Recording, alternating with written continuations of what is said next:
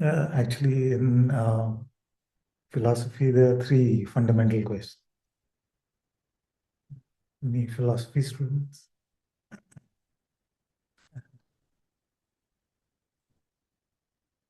First is really, I mean, it's a little more complicated. They say it in a more complicated way. But really, the question of what exists,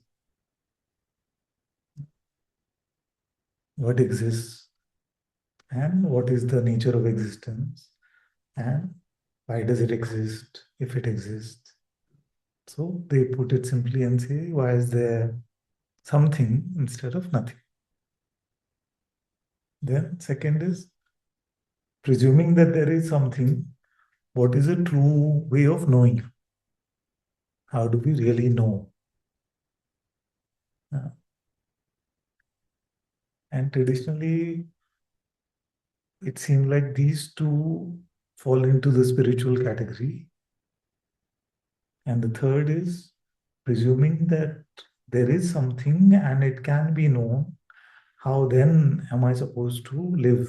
What am I supposed to do with that? What is the right way of living? What is the wrong way of living? Isn't it? And Shiv can correct me. Now, this third question, if you look at it really simply, we are all struggling with this fundamental question of how should I exist? Now that I have this existence, I woke up in the morning, I mean. So that I woke up, now that I exist, what should I do with it? So when we look at the whole quest for right and wrong, what to do, what is my dharma, what is the ethical way to live, we're all just trying to figure out for so many thousands of years what is the right way to be. And what is the answer that is offered in spirituality?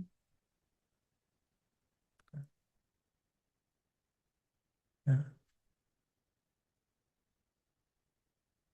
God's will. Yeah. And even if we go deeper than that, not really deeper than that, but at the core of it is to be with spirit, which is the same as saying to just be. Yeah. So actually, the third construct is as much a part of spirituality as the first two. What is the nature of reality? What is the true method of knowledge?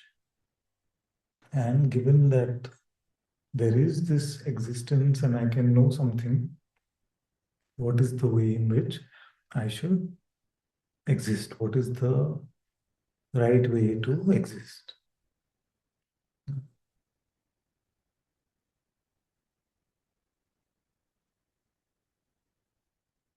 And once we exist, we learn to exist in that way,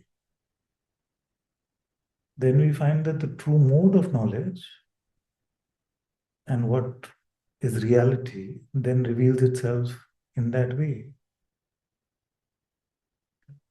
So the first two are revealed when the third happens.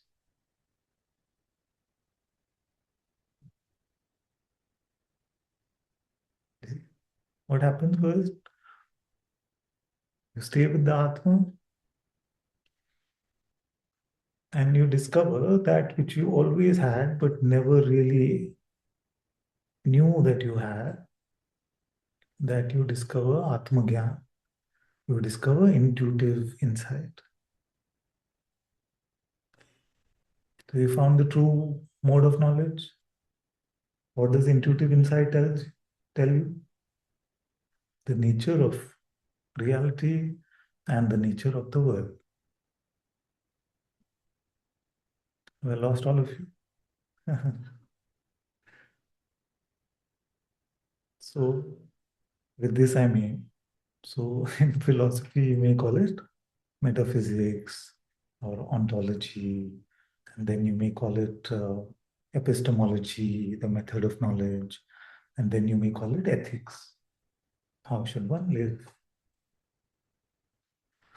So the spiritual response starts with the third, then leads to revelation of the second and the first.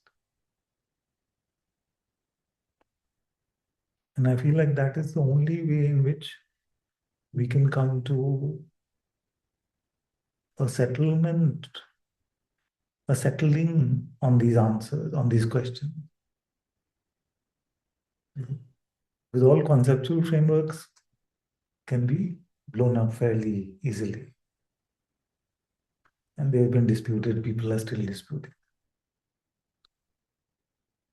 Because the mode of true knowledge itself has not been determined.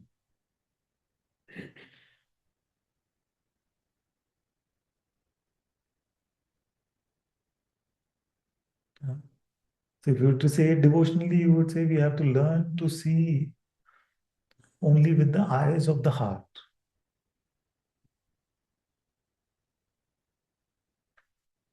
How to see with the eyes of the heart? You can't live in the head and see with the eyes of the heart. It can't be upside down like that. You can live there and rely on God's will, rely on what we learn in that presence to lead the what seems to be an outer life. Now, when you see with the eyes of the heart, what happens? You can see more clearly.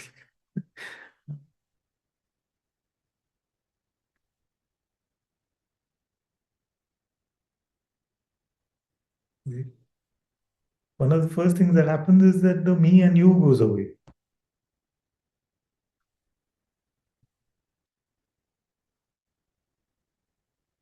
And when the me and you goes away, then all this self-concern goes away. The selfishness to grab something for the false one, the false self goes away.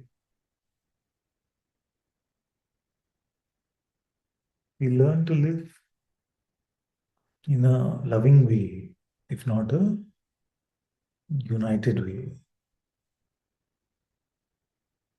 Yeah?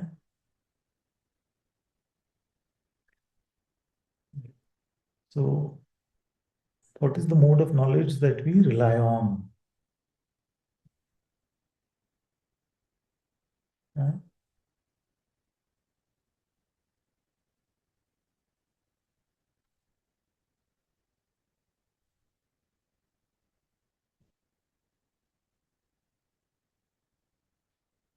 How to deal with your money situation? Return to the head and then come back to the heart? Pakka?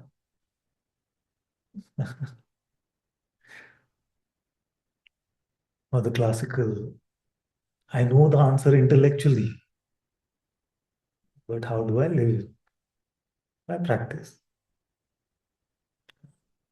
Relationship issues, Atma can't handle that. Uh, uh,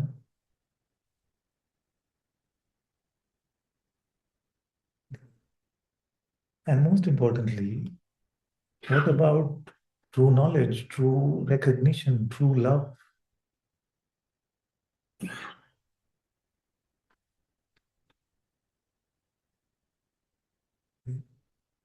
That is why it is imperative that we learn to be in the right place, which is of being.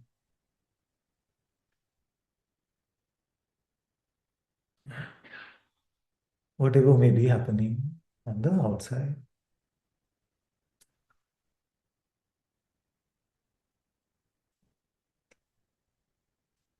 Clear? But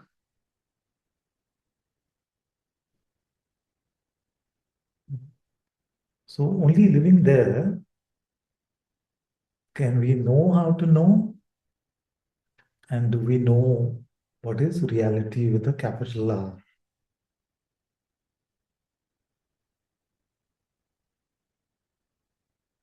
So all grasping with the false instrument is only going to lead to more trouble eventually. Although it may scratch an intellectual itch at the moment, I need to know. Tell me, please. Tell me. Yeah, like that.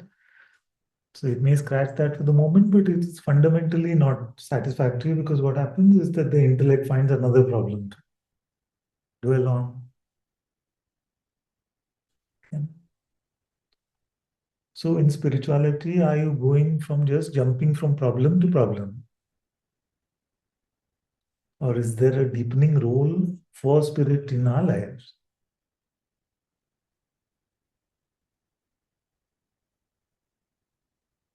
And maybe in life also. Are we just jumping from problem to problem with a few moments or days of relief in the middle?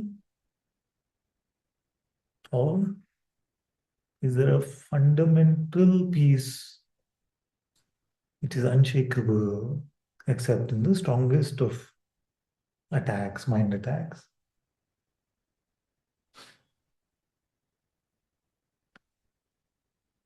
See? See? So, one who lives in the heart, they are rarely troubled in life. Now that they become 100% unshakable, but they are shaken only with the strongest calamity, strongest tsunami.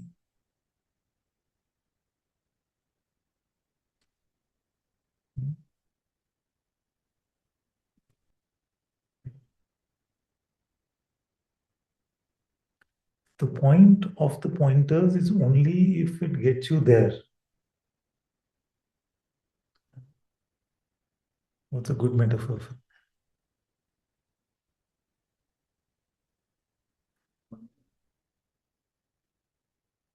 going to say that? But I'm saying that the pointer is not to be used as knowledge.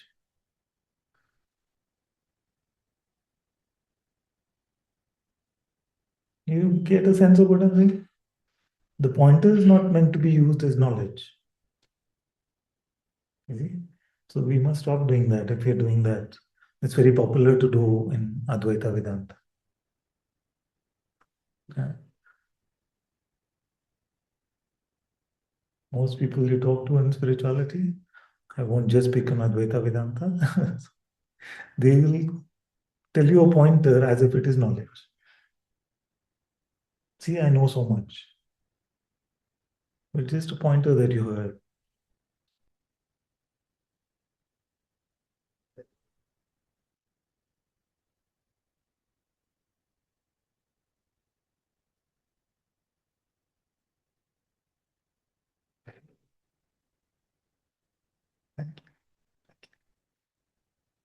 It's good. I would have been happy to have mentioned if I did. I don't remember.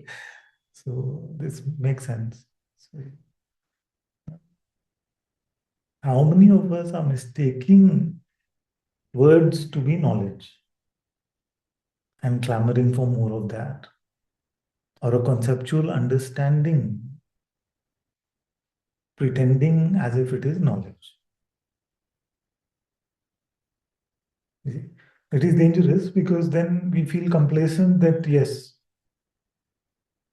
we are on the right track, we are learning more and more.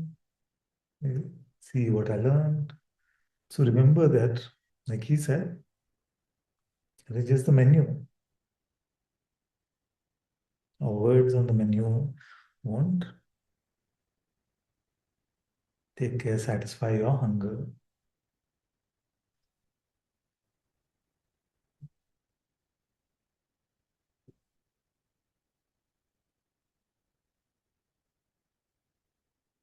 So what is being offered to you in satsang in the form of words are just pointers. Knowledge has to be dug or explored in the true place.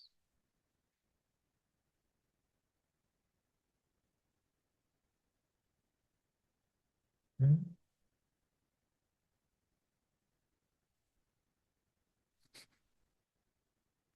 So I've given you the good news. What is the bad news? The bad news is that most of what you learn in the heart, you will not be able to put into words, or anybody will not be able to put into words.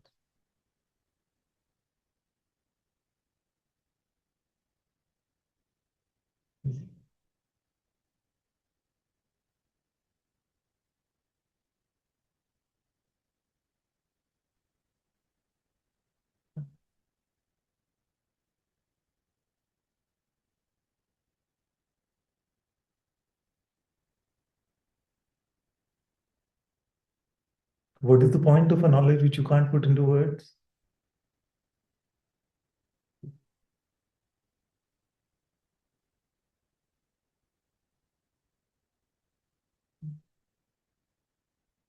That's good.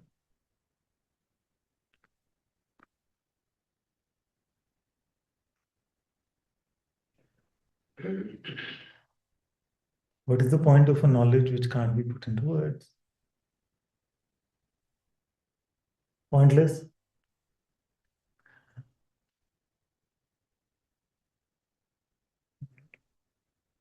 It's not pointless. It may seem pointless to others, but this Atma-Gyan, this self-knowledge, brings you from Maya into God. See? So it's not a knowledge that can be put into words, but it is a knowledge that carries you,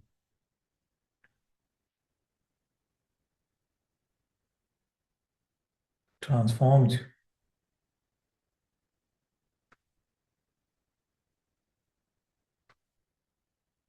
from a servant of the mind to a lover of God,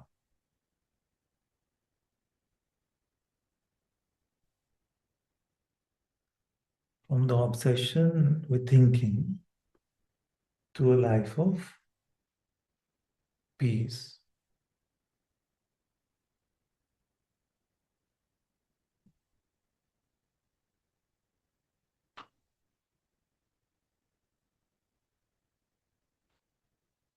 From darkness into light.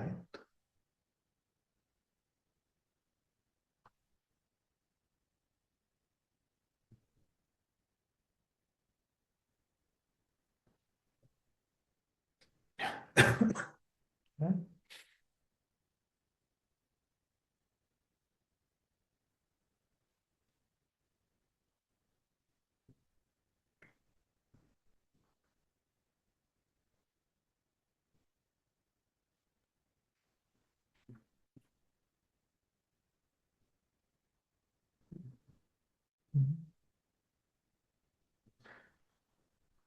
And this light is what is called the dazzling darkness. And the outer light, which seems so bright, is actually the darkness.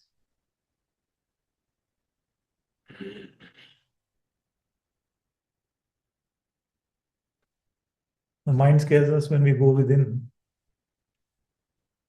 It's too empty, it's too dark, it's too lonely, alone.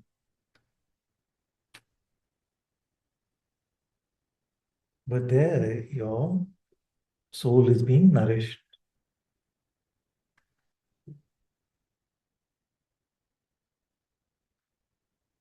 And the more we get attached to that which is seen in the outer light, the more we are getting diseased in a way.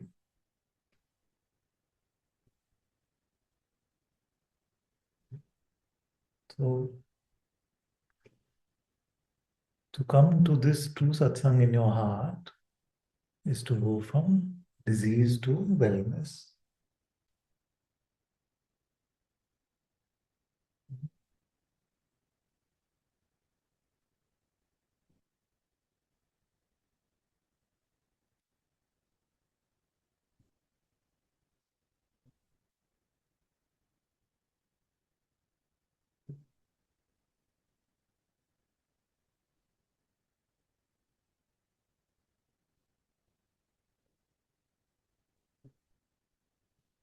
Because whose light is shining there?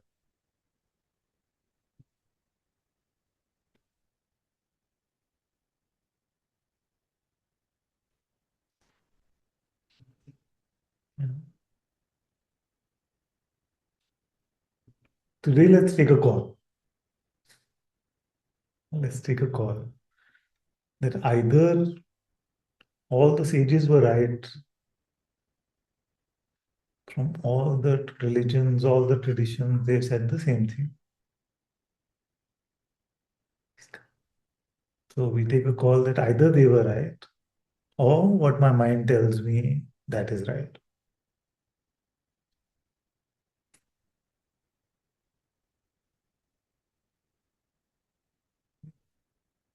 Because you will not most likely be able to resolve the conflict between your thinking and the truths.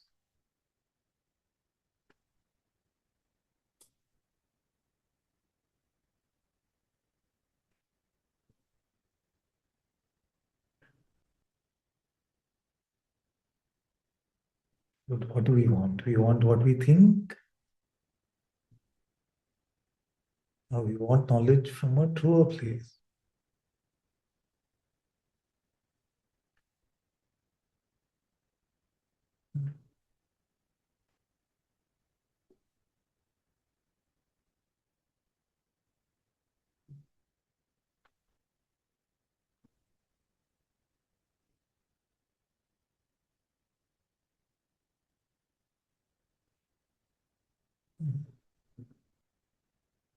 There is no conclusion that I can offer you that is the right conclusion. There's only a place which I can point you to, which is the right place.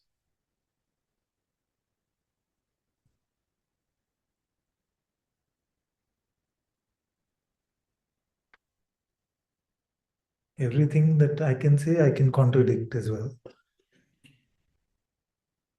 Because words are too linear to capture the essence of reality. But that place, which is also words to call it the place, but just a pointer to it. The heart temple, the sense of being, the I am, God's presence within, Atma Darshan. All these words point to the same thing.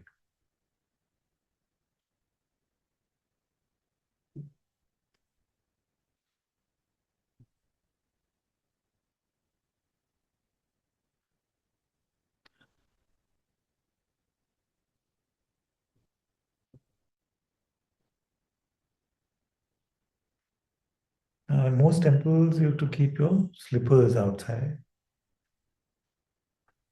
In this temple, what do you have to keep outside? The head.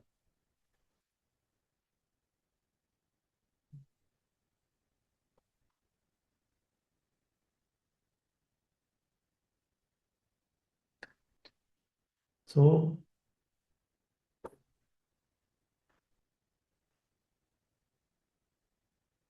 what is the right recipe for our life?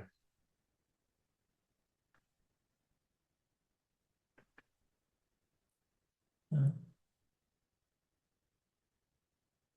How much head and how much heart?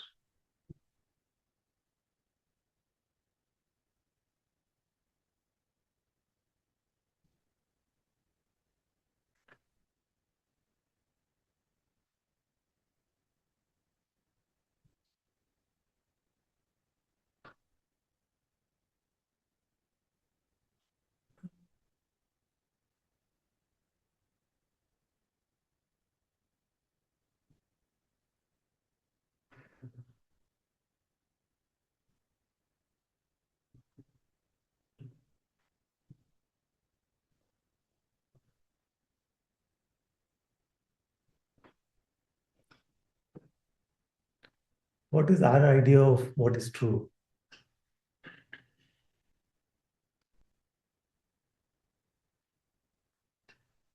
That which logic tells us, yeah, or that which our senses tell us?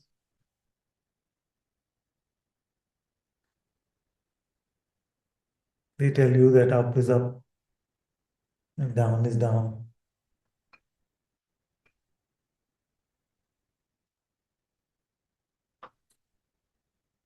That yesterday is gone and tomorrow is to come.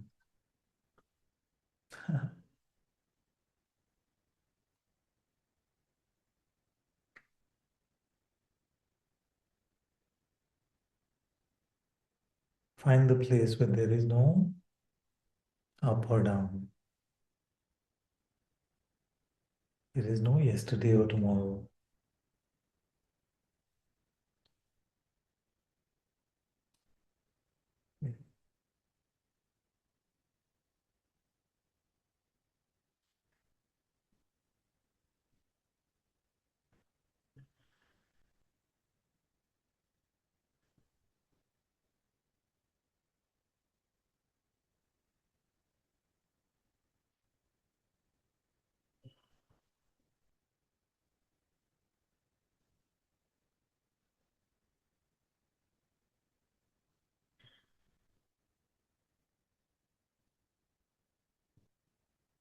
Only then will you find the holy place.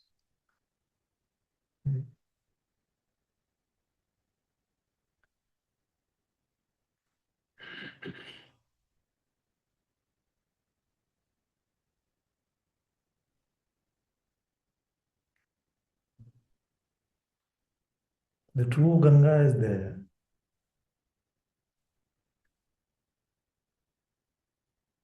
The true Kaaba is there. True Jerusalem is there.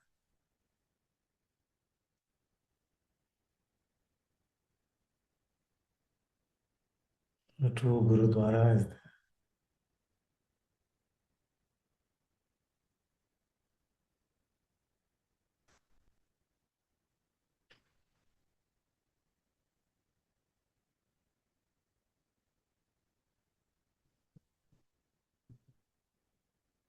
But if you don't leave our thinking, if you don't leave our separation,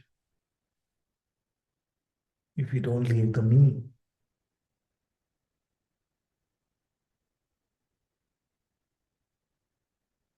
then we'll spend a conceptual life because we haven't actually lived.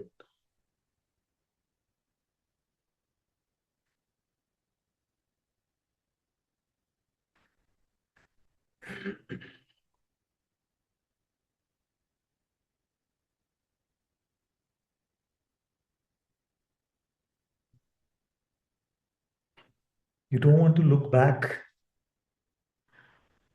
50, 60, 70 years from now and say, yes, there was a point to what this man was saying. You see? You have to look now. You have to test where these pointers are taking us. You have to ride on top of them to take you to the heart. Use them as an elevator.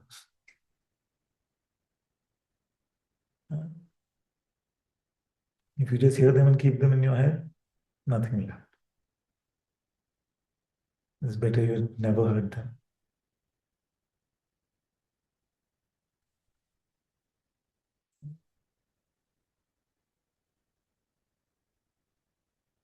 But if they provide some inspiration to be empty of the me and to stay in the light of your heart, then you have used them well.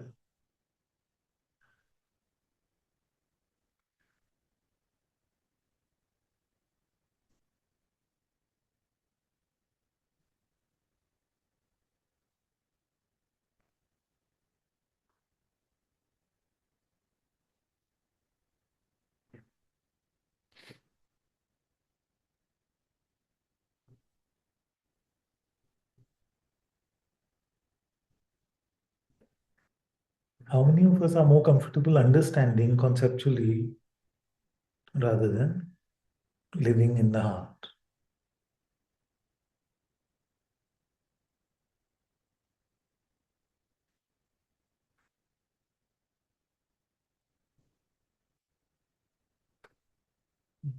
Okay, thank you. I asked rhetorically mostly, but that's good. Thank you. So, all of us, in a way, you see, because that's the human condition. We are learning to not be so concerned about the conclusions that we are coming to, not be so attached to them anyway. Remember that there is no such thing as a spiritual debate. Yeah.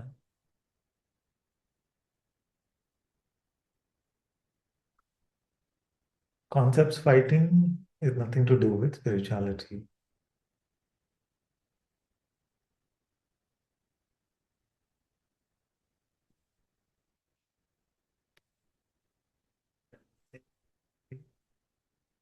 So there's no need for the mic.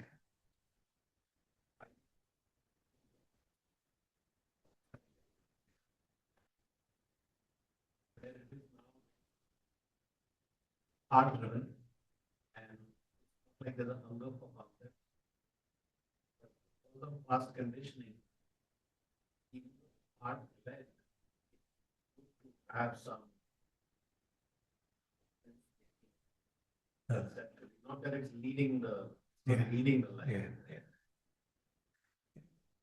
So what happens is that we in various ways, the way in which we enjoy the words of satsang changes. In a way, that's what I'm hearing. That earlier it was to try and understand what is it. You see, and maybe that has a place initially, but then later it just becomes like a sharing of love. And the words are sweet, but they're incidental to the sharing of love for God. See, and sharing of love for each other, which is the same.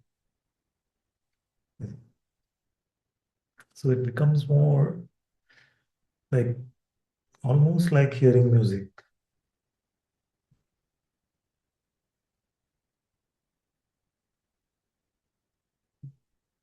But don't just only hear this as music and everything else seriously.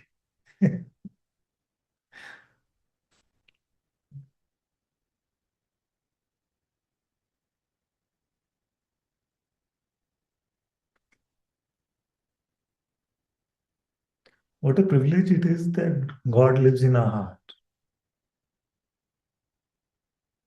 Hmm? Is it a privilege or not?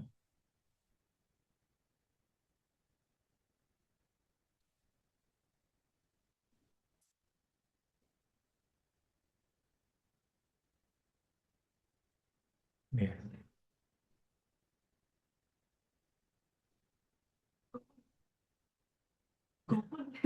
Yes. Yes, God. Yes, exactly. Not a force field. This is very important because in today's world, God has been made into a force field, especially with, and I'm responsible for that in a small, tiny way also. When we use words like consciousness and awareness, we've contributed in a way to a force fieldification of the living light of God. You see, because consciousness sounds more like magnetism than like the supremely intelligent being. You understand? You see? So you feel like, so you see many of the reports, I stay with the sense I am. I stay with the sense I am.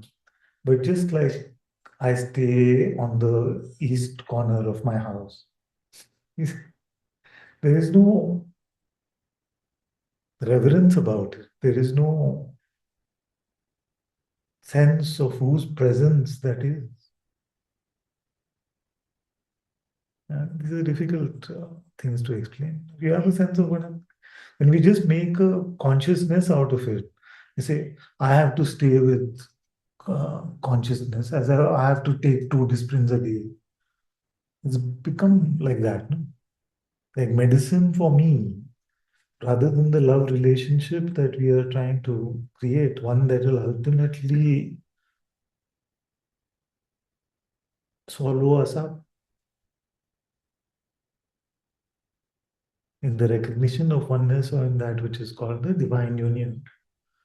Either way, whichever term we use, it is the same.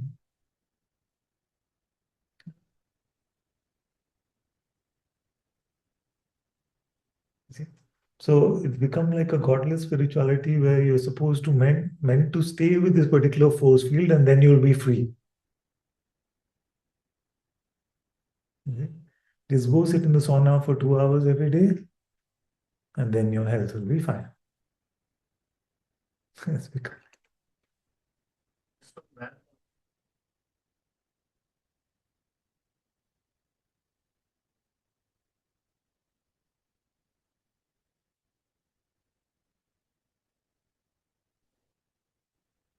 Uh-huh.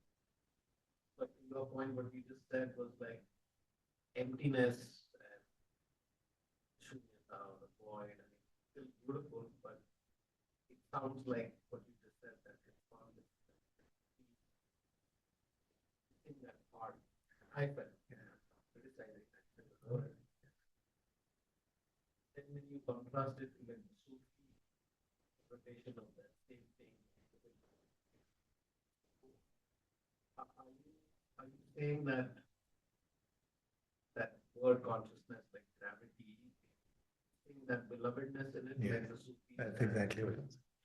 That's what I'm saying. And I feel like if you look at Buddhism, if you look at Zen, they are actually very pure paths. And because they realized that any label can actually get in the way of that, that union. And that is why my whole understanding of Buddhism and Shunyata changed when I read Nagarjuna. And Chandrakirti, who was his main disciple? Chandrakirti. I forget his name. But they were, I've shared this in Satsang before, they were attacked quite vigorously by the Buddhists themselves because they said, somebody asked Nagarjuna, is there Buddha? He'd say no. You see? Is Buddha to be revered? No. Is there the self? No. Everything's no. You see? So then he was vigorously attacked, saying that then why are you in this Buddhist Sangha? If there is no Buddha, if there is no Buddha nature, you see, which is exactly what we are talking about, Buddha nature, then why are you in this Sangha? Why you call yourself a Buddhist? You see? So he said, uh, brother, you're misunderstanding the point. And the point is that all grasping, all concepts are separation, are suffering. So true Buddha nature is to be empty even of the notion of Buddha nature. So that pure path of just pure negation leads us to an emptiness beyond the notion of emptiness. That is what is rare. Okay? And in that, the revelation is exactly the same. It has to be. That Buddha nature, the Buddha is right there.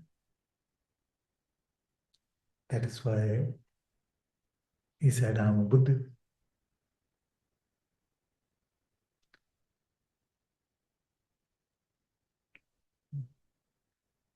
So then it's so beautiful that fundamentally there is no difference between the Neti Neti paths, the Buddhist Zen way, or the path of Shunyata in any way in which they follow, and the apophatic paths which I posted about of the Orthodox at least, and I don't know which traditions follow that. It's exactly the same. What is the difference? You do the neti, not this. God is not this. Or reality is not this. Uh, Not this, because everything that comes and goes, that changes is not real, so not this. Not this, not this, not this, not this. I'm not going in detail, all of you are familiar with this. There you come to a point where you can no longer say not this, isn't it? But it's not a point in which at which you can say this. You see? So how to communicate that? You can neither say not this, nor can you say this. So in Vedanta, we may say this or that is Brahman. In Nagarjuna's Buddhism, we may say that not even this.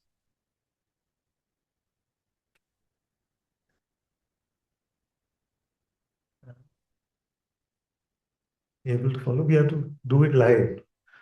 Then we'll get a sense. But just you come to a point where no words are applicable, and the notion of thisness or thatness is no longer there. So your heart knowledge shows you that this is all there is. I am that. Aham Brahmanasmi. In the heart. But if you make it Aham Brahmanasmi in the head, then you just become a Advaita jerk. Isn't it?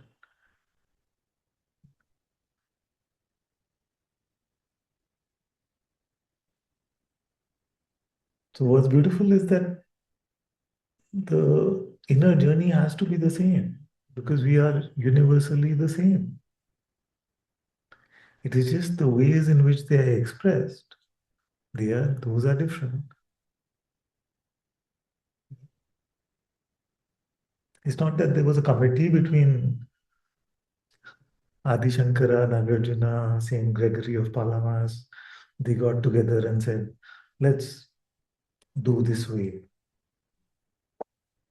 There is no Zoom call possible in those days.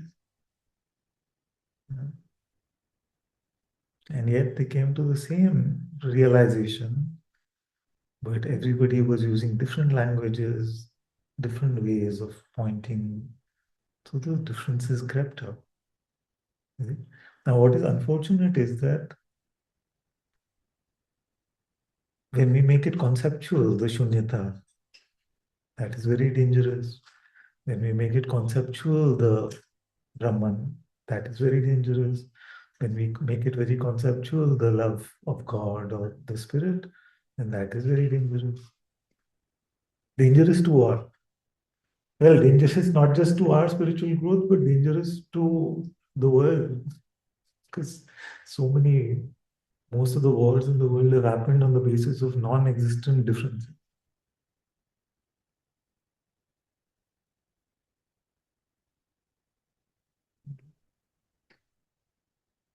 So the path is universally the same.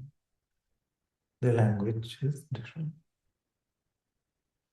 One of my teachers told me that what we do is we get the banana, we keep the banana peel and throw away the fruit.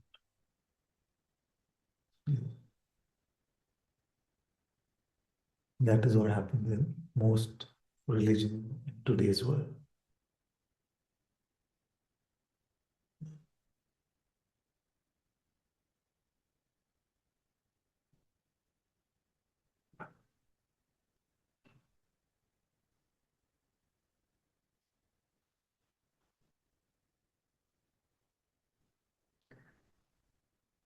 Why does that happen? Because there's no benefit in saying that you're one and universal, same as everyone else. There's no outer benefit of that. Outer benefit is if I can rah you up and say, be proud of your religion, yours is the best. Then you feel like you got instantly transformed. We love pride, feeling pride. What is it? Father Richard Rohr said? The quickest way to feel good about ourselves is to put another down.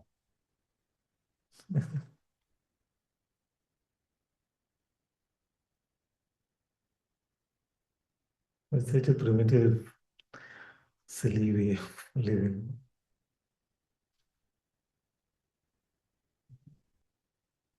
To see duality everywhere, and somehow we always end up on the right side of duality.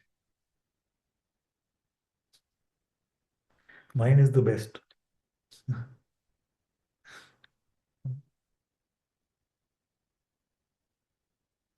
It's a very, very primitive way of living.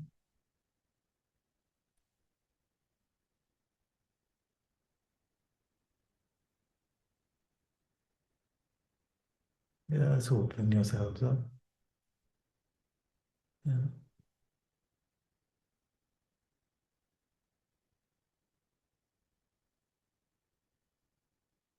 What is wasting your day to day, or and probably your life?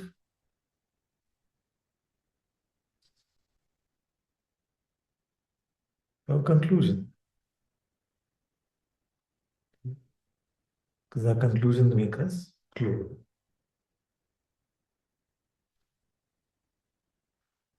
Just breathe it all out. Be empty of what you think you know or have understood.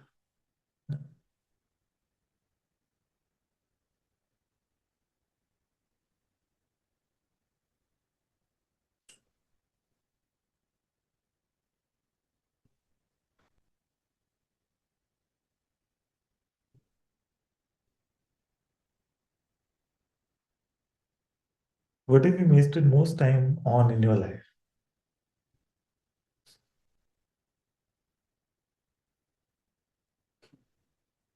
Yeah? Chasing and living under the shadow of the delusion of being right.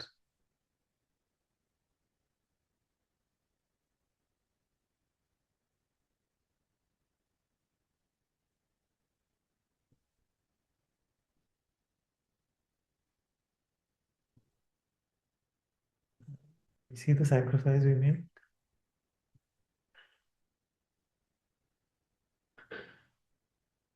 We sacrifice the Lord's presence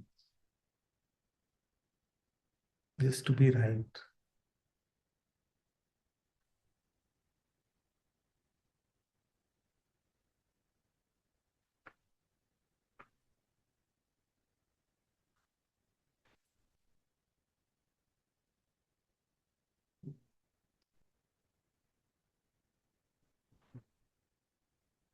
Worth it? What will happen if you become the rightest one who has ever lived? There is no award for that. Everyone hates you first because everybody wants that same thing.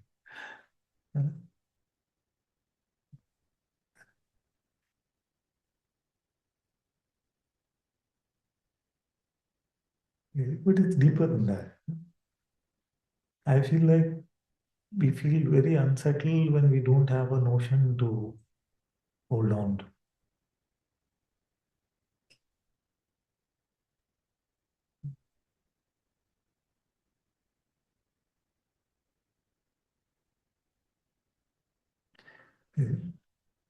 So, what is a good way to look at that? Ramji is sitting with us, maybe. His presence is there, but we are going money, money, money, money, money, money. Yeah. Spirituality is the path where all temptation is around you. but you're going Ram, Ram, Ram. Okay.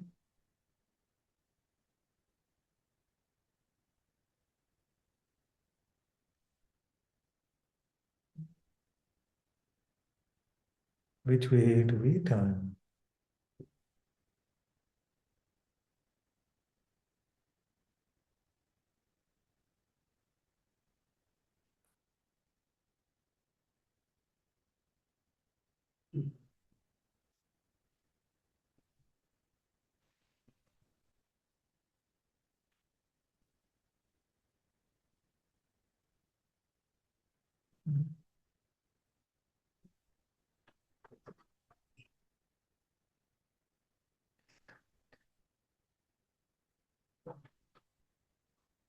कैसे हैं आप? कैसे तबीयत ठीक है?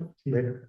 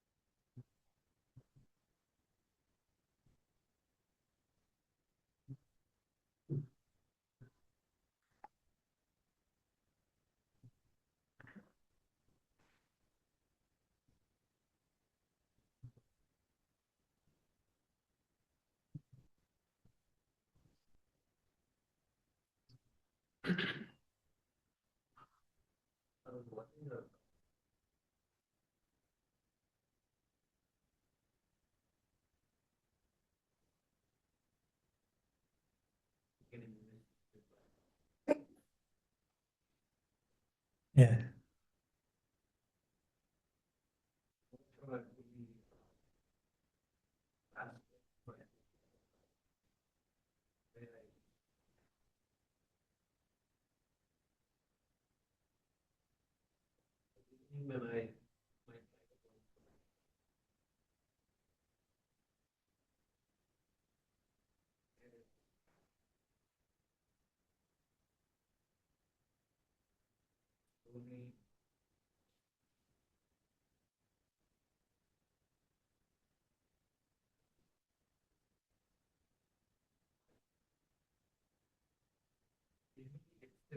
Yeah. Yeah. Yeah.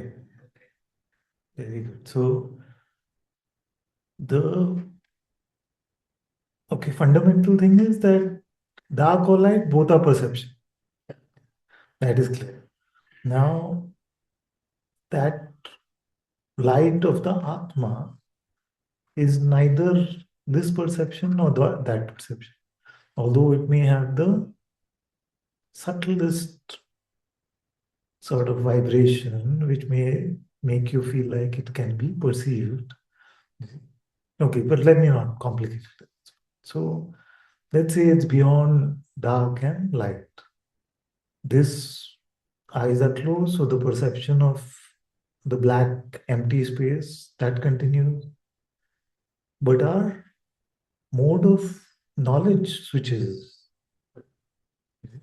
And that mode of knowledge shows us things which are, you see, things is a word which cannot be used there, but shows us truth in a way which is not, we are not able to put into words as to how do I know that I am that? How do I know that God's presence is here? That it's not some brain sensation or electromagnetic phenomena, that it is God Himself? How do we know that? So this perceiving continues, but a deeper knowledge in an unspeakable way starts to transmit itself. And all these words we have to use loosely, but transmits itself to us from the true Sadguru presence, which is the Atma itself. So, how do we learn these things? We can never really say, what do I perceive?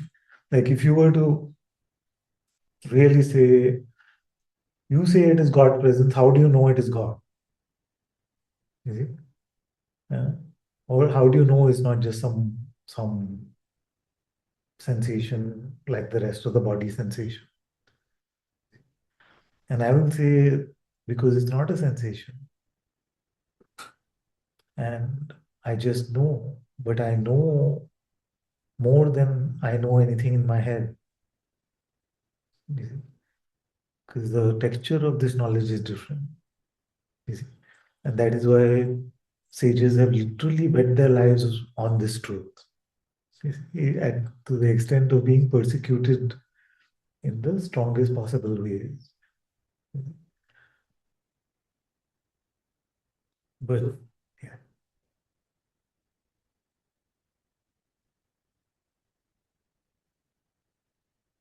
yeah,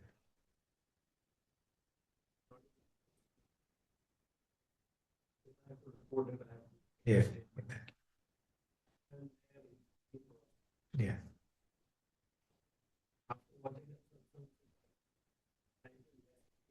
Yeah.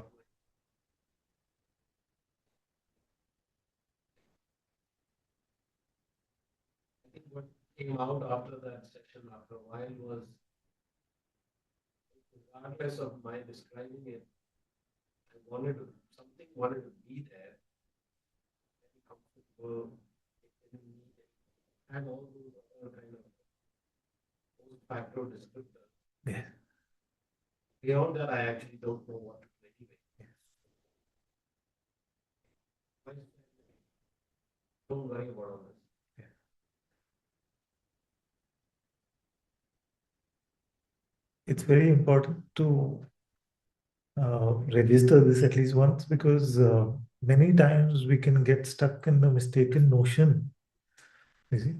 And what happens is that even if you were to follow a guided meditation, you can feel like our attention is going deeper and deeper and deeper.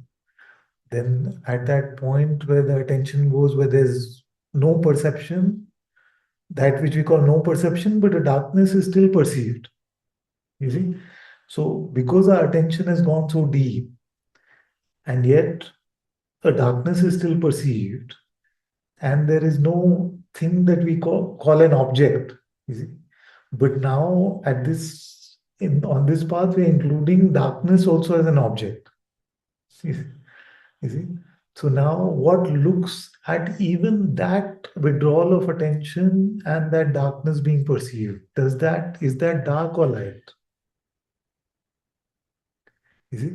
Then the mind might try to imagine some transparent thing. It's none of that.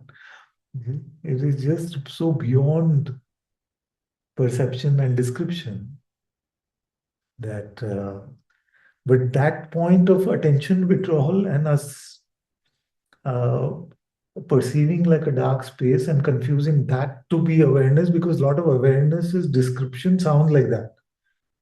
Nothing happened there, nobody is born, nobody dies, so that nothing happened. But even that is perceived. What is aware of that perception? What is the attribute of that? Does it have the attribute darkness? Does it have? You see? Okay.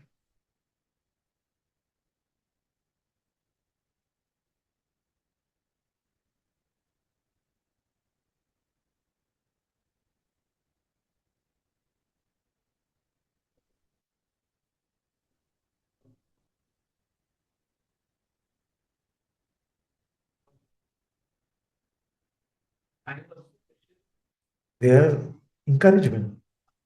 The encouragement for us to stay.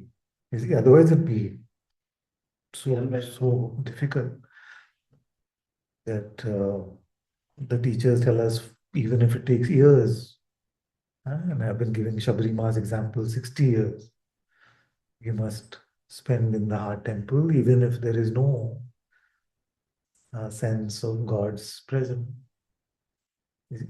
So these consolations, as Saint Teresa of Avila called them, are very useful because these consolations come from the heart, and really nothing in the world can produce them. Yeah. They're not reproducible through any material consumption. That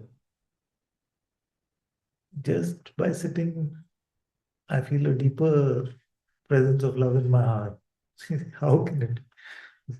So that keeps us involved in that mystery, not giving up.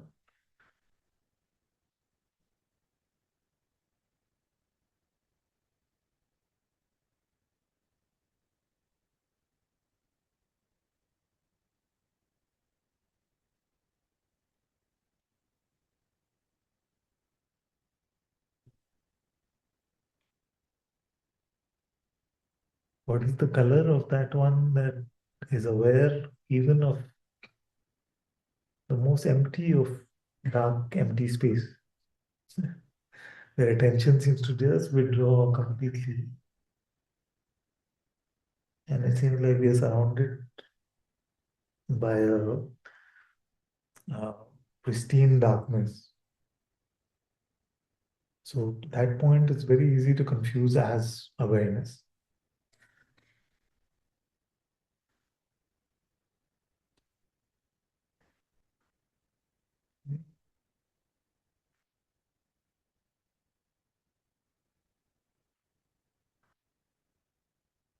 Many of you, after hearing me, may start doubting that you have any idea what I'm talking about. Because that is the nature of the mind. The mind will never be invited to that party. The mind is never going to be invited to the party, so it will always say, no, you've not had this. You don't know what this is.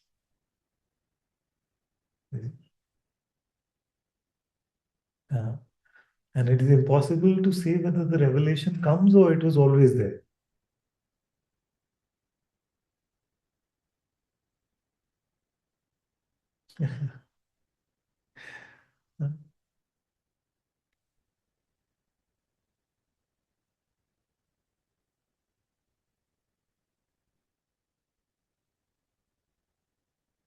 As you find it, you know that it was always there. But there is a once you find it. It's strange.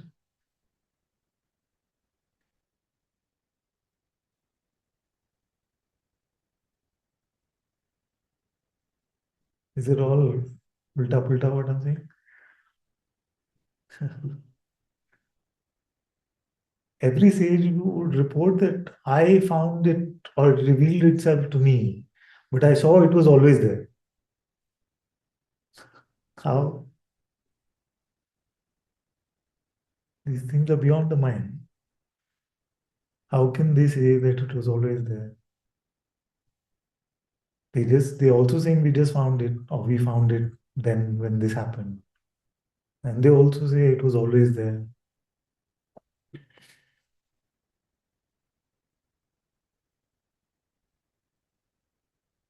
Better not to worry about understanding it. Better to recognize it.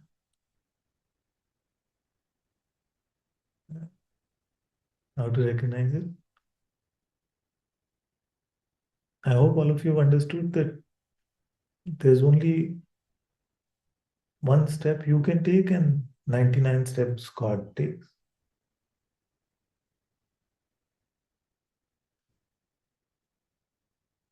Yeah? One step, the rest of the work He does. Okay? What a beautiful job. What is being asked of us? To drop the work. Which job tells you drop the work? That is being asked of us. Drop the mental work mostly. Just drop the work.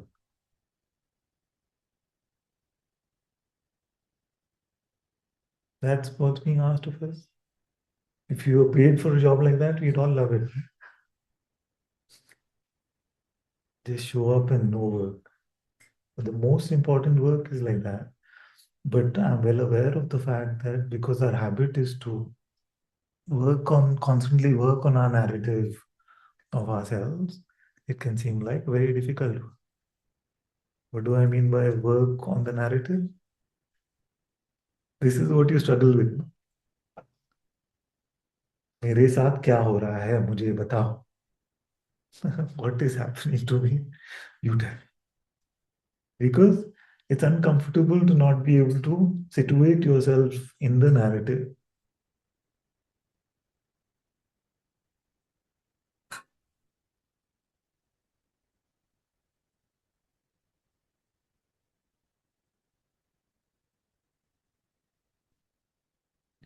We hate hearing it from the world that nothing is happening in your life. It sounds like a waste. But this nothing is the most difficult. Nothing. The Buddha became the Buddha because of nothing. All the sages became sages because of nothing. It's not to be taken lightly, or in a way, it has to be taken very lightly. He shouldn't have mentioned Zen.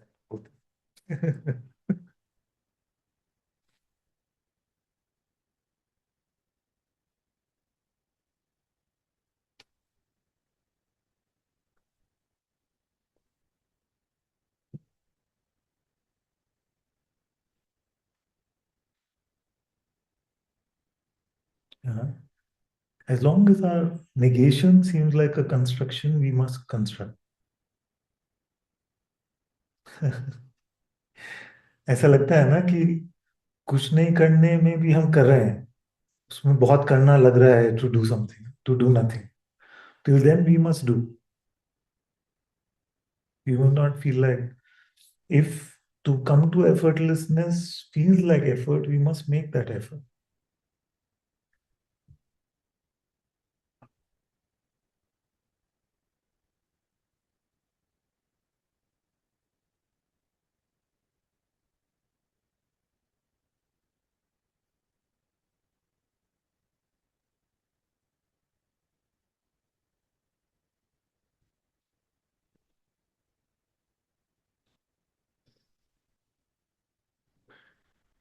What we are unwilling to give up on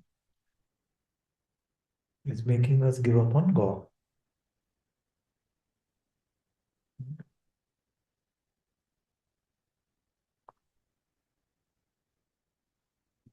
What is that? That you have to see for yourself.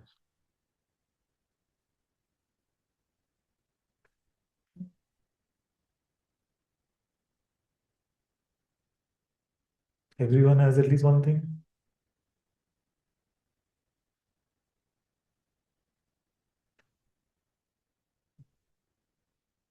All we can do is keep working at it. One tiny step more towards God. One tiny step more. And soon He embraces you. That's all. It can seem very difficult, but at the end, you will say that, how did this happen? I didn't do anything at all. It's just that one tiny step towards God. Every day, every moment. One thought.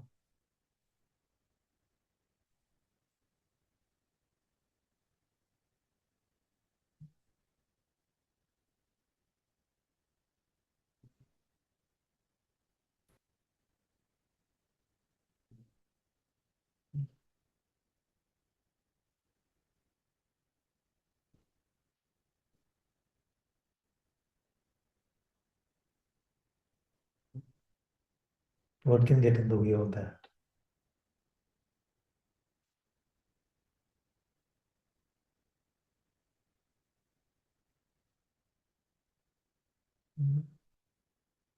Everything tries to get in the way of that. But what can really get in the way? When can we not turn to God?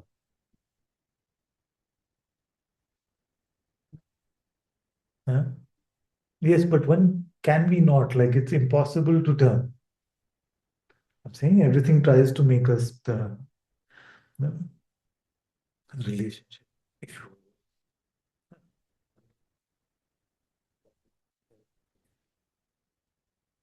Even our spiritual understanding, pride, spiritual pride, all that tries. But Father, is God?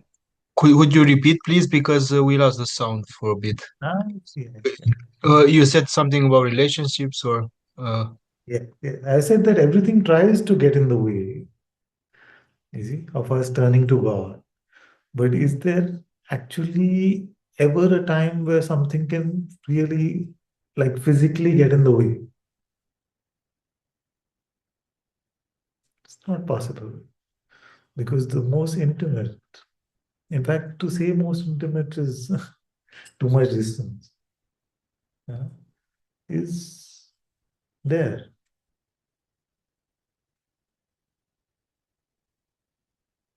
What is a good way to explain?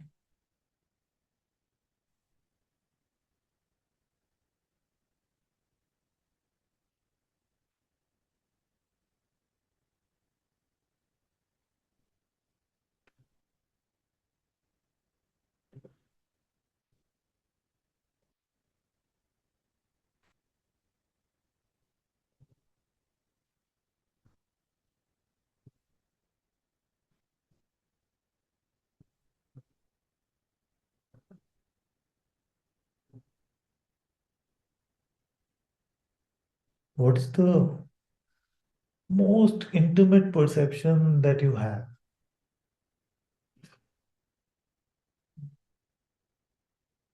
before even the eyes open?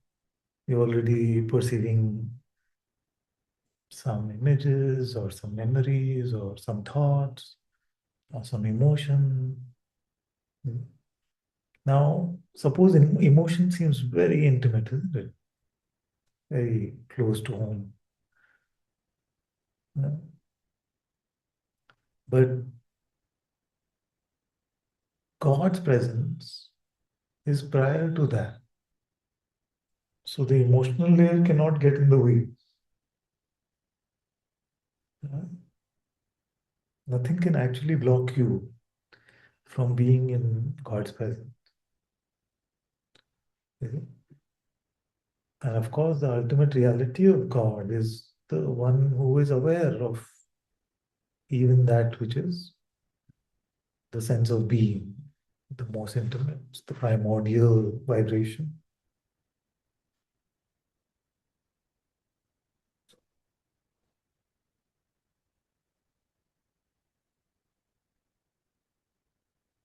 What is like? Yeah.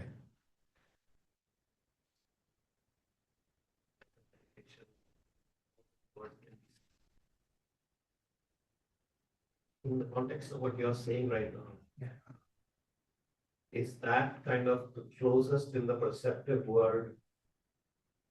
Because God must be even behind that, yeah, behind that enjoyment of Krishna. Yes, yes. He must be behind that. Yeah. Prior to that, behind that. Um, One of the most beautiful things that happens in satsang or kirtan is that we allow ourselves to feel God. We feel like, uh, of course, there is all the support energetically, and I've often said that satsang is the mini replica of Atma Darshan, no? Mini replica just to give you a taste. But I've noticed that if you just were to walk into, say, a meeting room and say, now for the next 1 hour, I'm free to enjoy God's presence. See, then even the construct texture of the what the meeting would feel like would be different. Not at all putting down the beautiful bhajan session we had. The singing praises to God carries its own spiritual power, of course. We just, when we learn to just live in a way that we allow ourselves to be with God, eh, then we find that most life situations become like kirtan. Most, not all.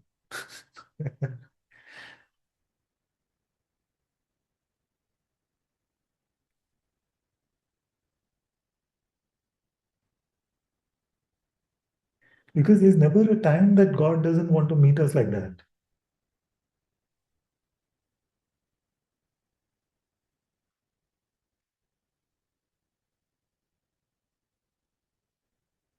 You just, and that is the power of trust and faith.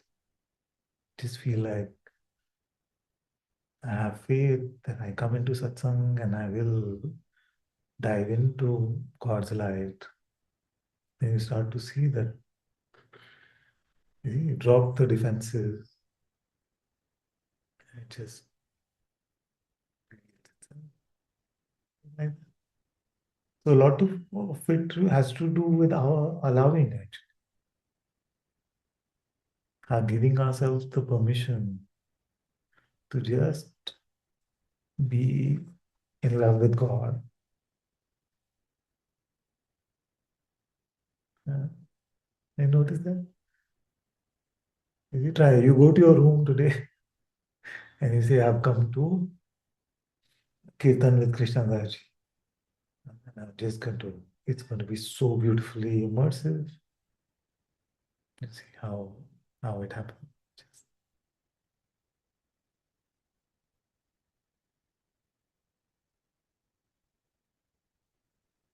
Just all these crazy experiments.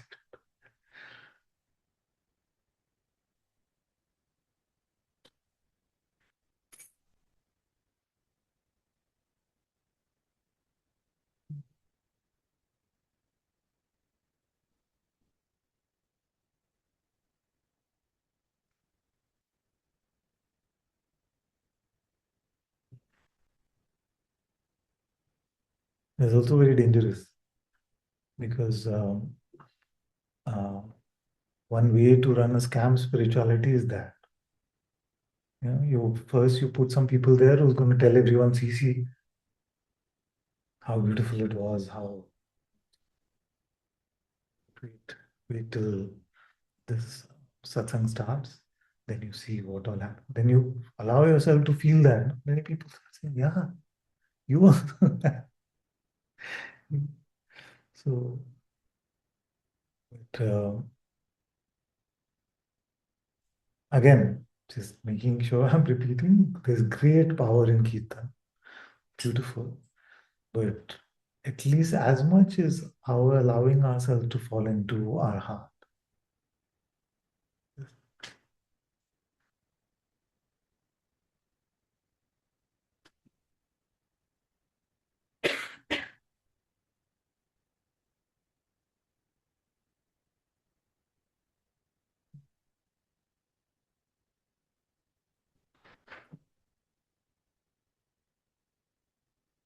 Other than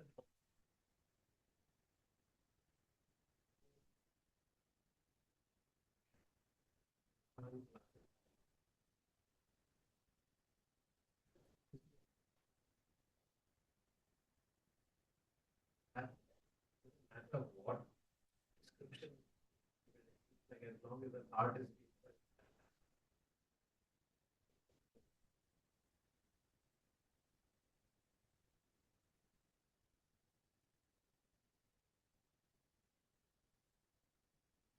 And if you, as we all practicing not to allow our mind to get into the picture, you'll see one day outside Satsang Hall, there was a beautiful bird chirping. Uh, and then there was the ambulance noise also. And I literally could not find any more enjoyment in this or that. It just, like, but when the mind says, oh, that's the beautiful sound of the bird chirping, then you open yourself to enjoying them. And you say, oh, that's noise from the ambulance, then we set our perspective in this way.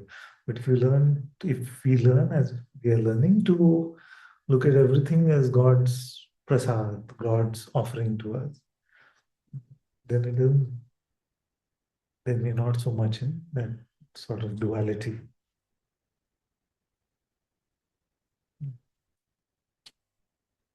Of course, most of you don't like hearing that, and because you say that's why we're stuck here in Bangalore, in this noisy street.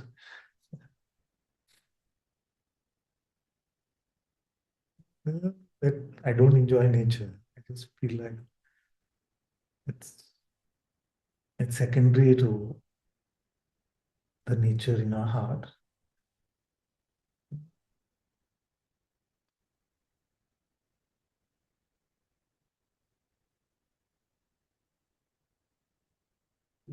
Just one day try to just not label.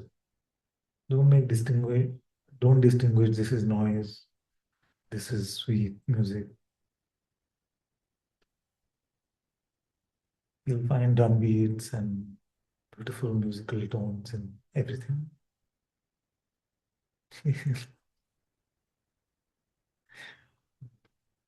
कहीं ले जाओ इसको.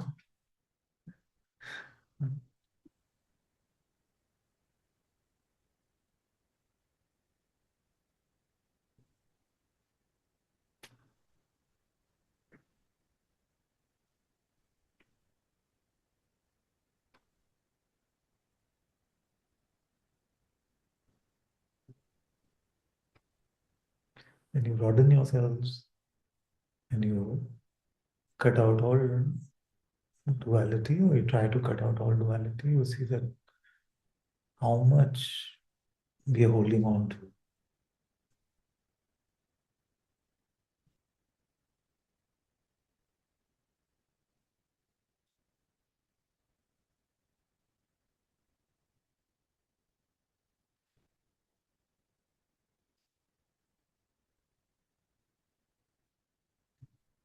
Leading a life as if we are living inside a container of flesh.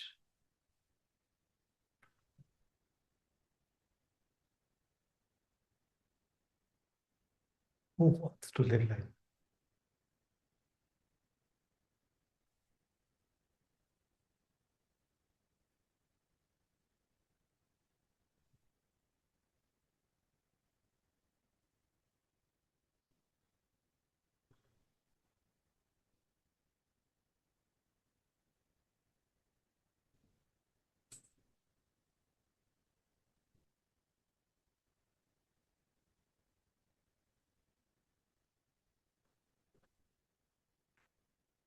The problem is in thinking and not noticing. If you were to notice, you will see that the flesh container is contained in you. The sensations of the flesh container are contained in you. But our thinking tells us that we are in this container. Not difficult, you just have to notice. All the sensations you feel, are they within you or are they at your boundary?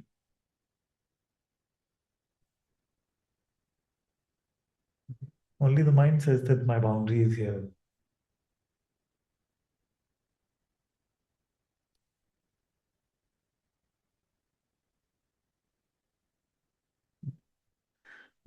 There's some questions online. Let's go to Nupur. Namaste, Father. Namaste. Father, when you were saying about being empty of oneself, Yeah. I have noticed that I would say out of 16 waking hours, the intention to be with God and in the act of cooking, I have not gone beyond 1 hour so far, but constantly in the remembrance. This I'm not able to understand how do you become empty of yourself, because there's this constant reminder of your name and your form and your doership and relationships. So this emptying of me is only when I'm in satsang, Father, with you, or when I'm sitting with the God's name and ADS, or listening and chanting. Otherwise, this emptiness of myself is something that I'm actually struggling with right now. So I wanted to bring it to your feet and understand how do I really become empty of this concept of me. And Very good. Very good. So, what if we switch it and say, you are empty now. Now don't fill yourself up. What would you do?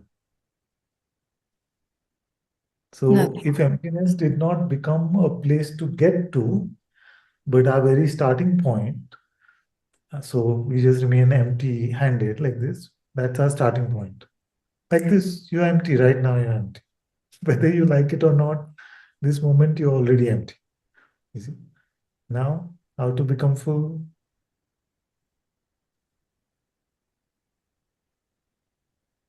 An email might just pop up, Father, or a call might just come. So email come mostly from the mind. Yes. So the email comes, the coming of the email in the mind is not yet enough to make us full. Just notice that. uh, Like the sky, we are empty, the cloud can come. The cloud can come, the cloud can go. There's no problem. When does it feel like we become small or constricted?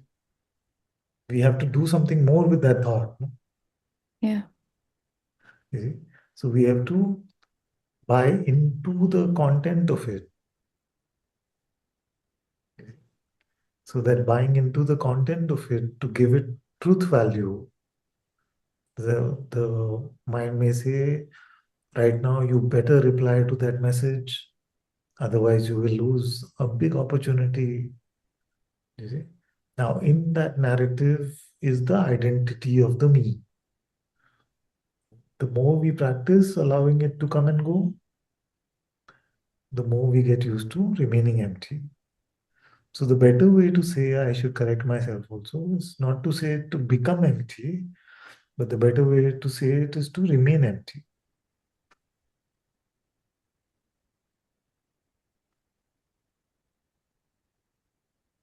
Now try to become full.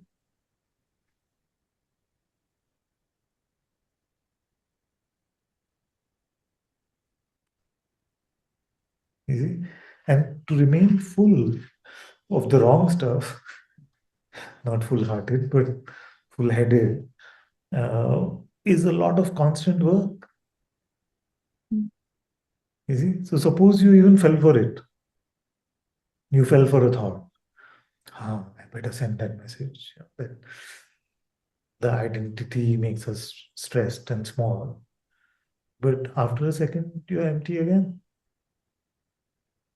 Mm. So it is the mind that has to constantly work hard to keep us involved. You see? Your naturalness is your emptiness.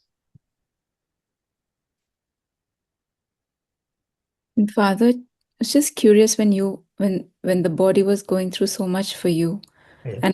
and still might be, Father. How do you stay in that? Because I work with patients also who have a lot of physical, and even for myself, every time the body is, I feel when sometimes when the body is suffering or the body is in pain, there's a contraction. So, Father, how I've been very curious to understand how was your experience when the body has been going through so much? It's not easy. I have to say it wasn't easy. The body is much, much better than it was. But when it was in that condition, it is not uh, easy at all. I found in my case, I'm actually able to recollect very little, but whatever little I remember is that I feel I became very introverted. Like I just wanted to be quiet and inward facing. I didn't want to uh, extend myself uh, into much stimulus on the outside. Uh, and in that, because I was already meeting so much stimulus from the body itself.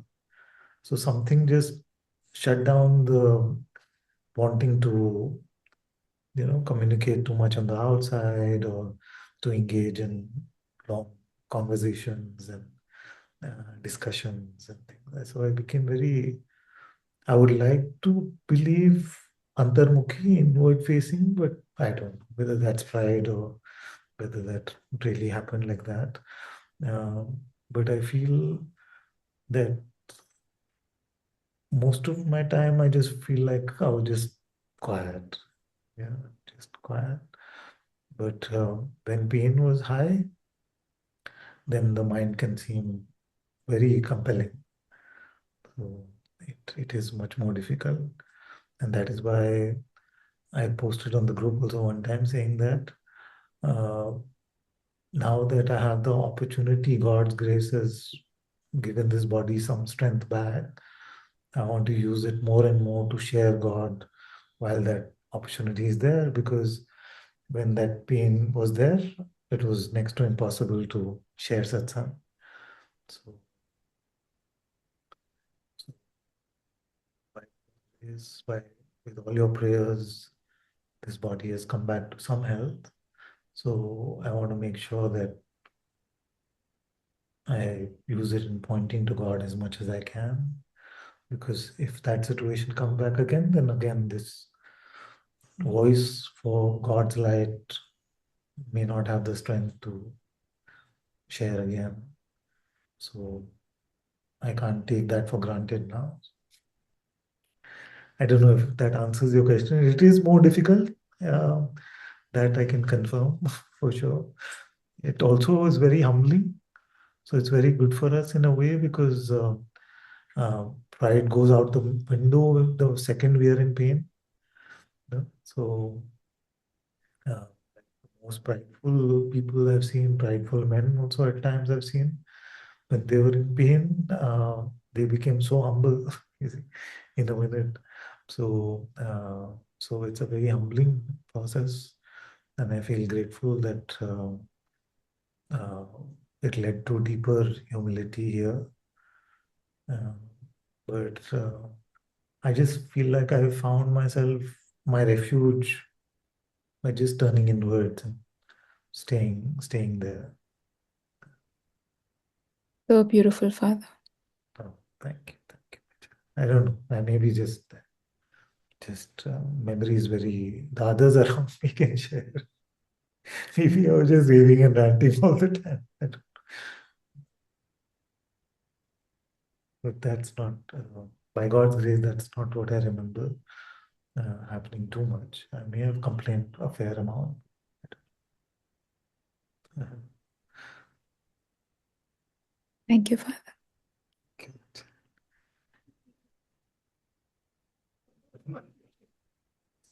Been nice, but I feel like the time to practice is when you're well. So every minute that God gives us of decent health, we have to use that to be with God. Because when these things come, then to try and learn that at that time feels very difficult. So we must use the time of things going all right, either in our life situations or in the body. We must use those times really to build up the strength for when those times come, because they will come.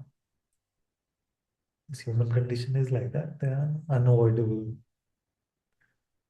Either relationship situation or some situation.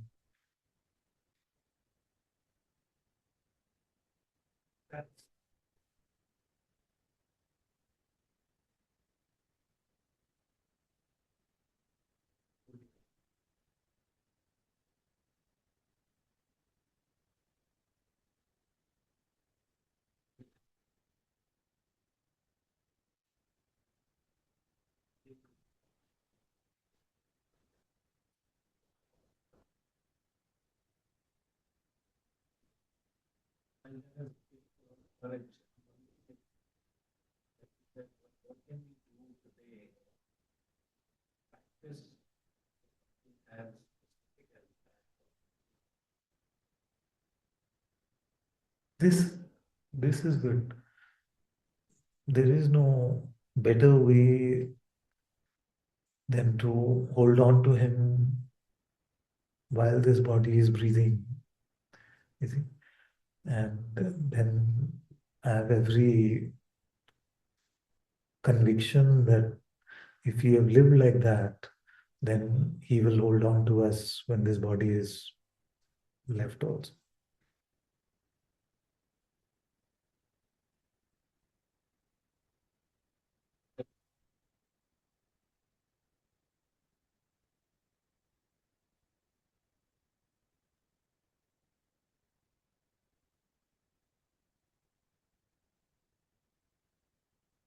Absolutely.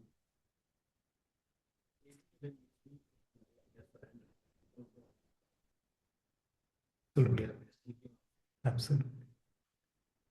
Absolutely. Absolutely. Very much.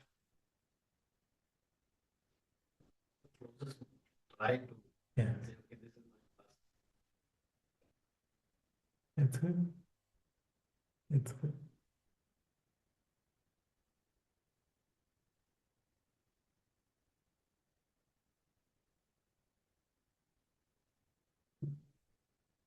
It's very fascinating to explore these ideas. The notion that we wake up the next morning,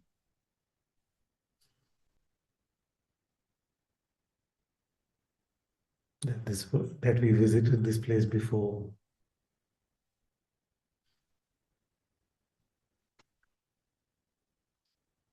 Uh, We don't really know any of these things. Often in satsang, today is reminding me of one of the older satsang. Because I used to say that when a dream starts, we don't feel like, you know, what is this place? We feel like somebody asks us, where are you coming from? We'll say, I've walked down from my house. They say, what is your name? Where were you born? You'll tell the full story also in a dream, although the dream just started. So there's no real way of knowing that this is not one of those. Our dream doesn't start with amnesia. Our dream starts with a full history of that life.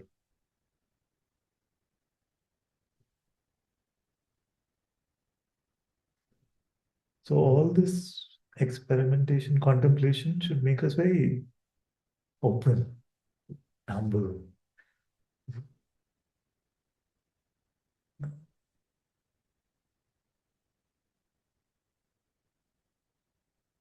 Like, what do we really actually know?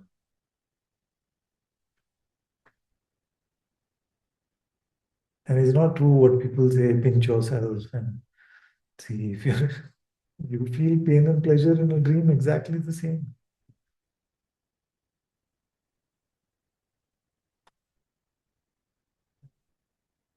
Is this the dream or is that the dream?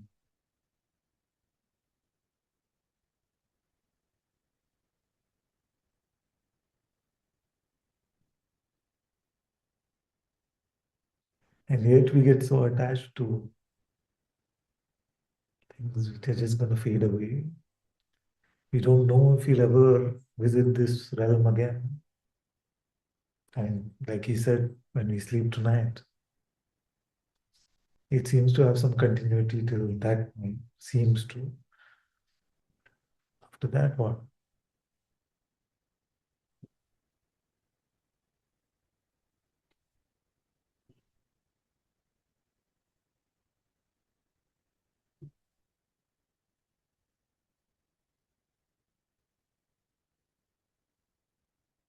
Within ourselves is the capacity to project universes, which we do in the form of dreams.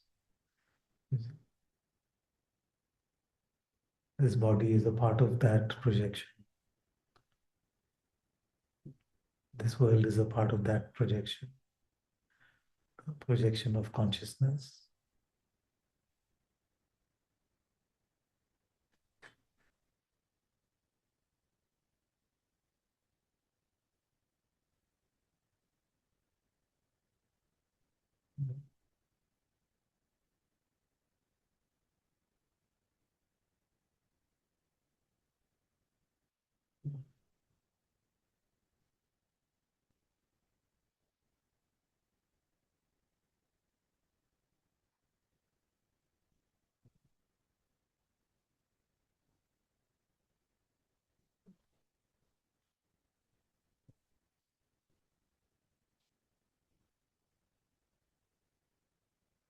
Find out what stays unchanging when the worlds change around us.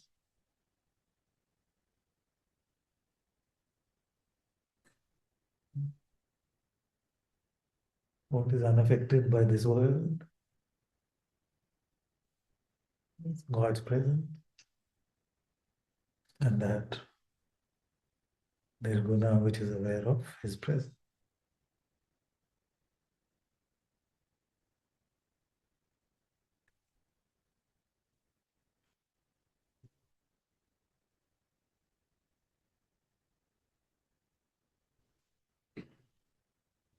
Father, may I ask something about Yeah. this? Because I'm happy that this subject of dreams has come up because many times I wanted to ask you. Sometimes even in a dream, I was thinking when I wake up, I want to ask Ananta-Chi about this because sometimes the dreams seem so real, like the like many times I have lucid dreams. I'm aware that I'm dreaming, and I'm thinking to myself that how how how is it? Who is creating this dream? This world. It's quite and I feel that it's quite impossible for my limited person to create it because I'm not such a creative person. I'm not so artistic or so, I can't even imagine those things that happen in a dream. And sometimes I dream that I'm in satsang with you or with Guruji, and sometimes they also have some mystical quality, like some deep, I don't know, connection with a mystical quality of God somehow. I don't know.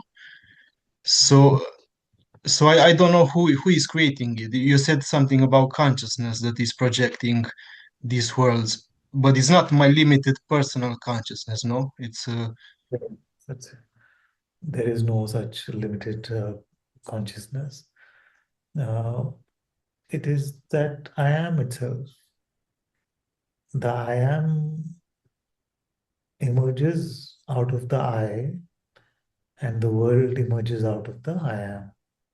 So this I am is consciousness, is God's presence. Yeah. It has nothing to do with the me. Like the me cannot direct it in any way. So what happens is that the mind can say, if it is I am, then I should be able to direct it. Not this one cannot. So it is you, but not this one. yeah,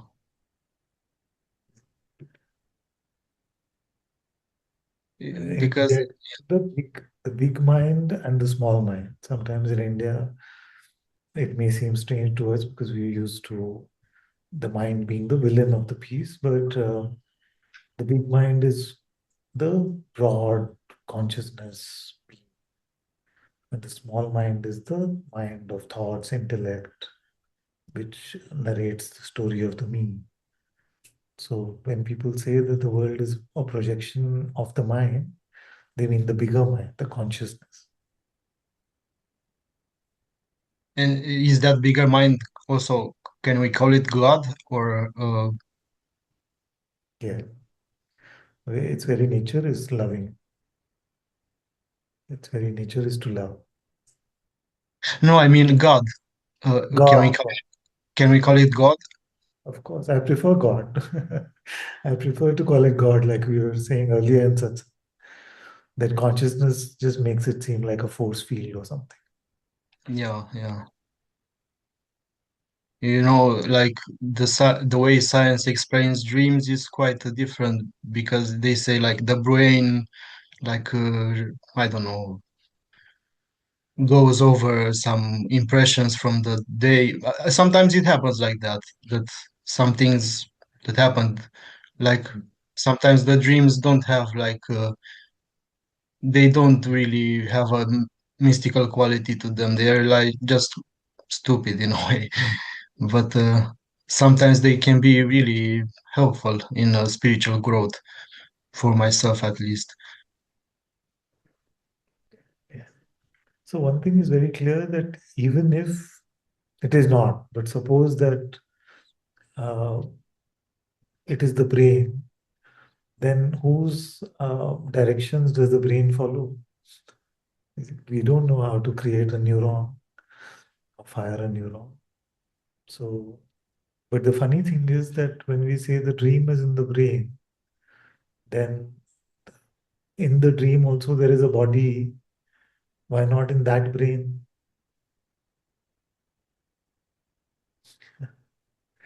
Anytime we say that the brain is projecting this also, you see, then what is projecting that? Because both are in the same field. When we say like that, no, that the brain is projecting this world around us, but that the brain surgeon can see, what is projecting that?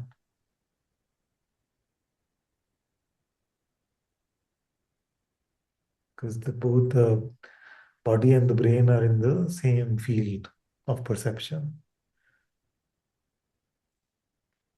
Yes.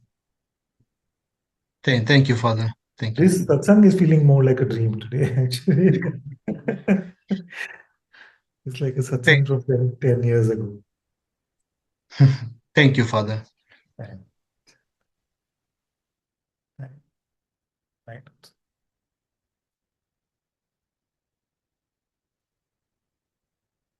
So we are satsang Monday, Wednesday, Friday. Yeah. Then you can move back to Bangalore.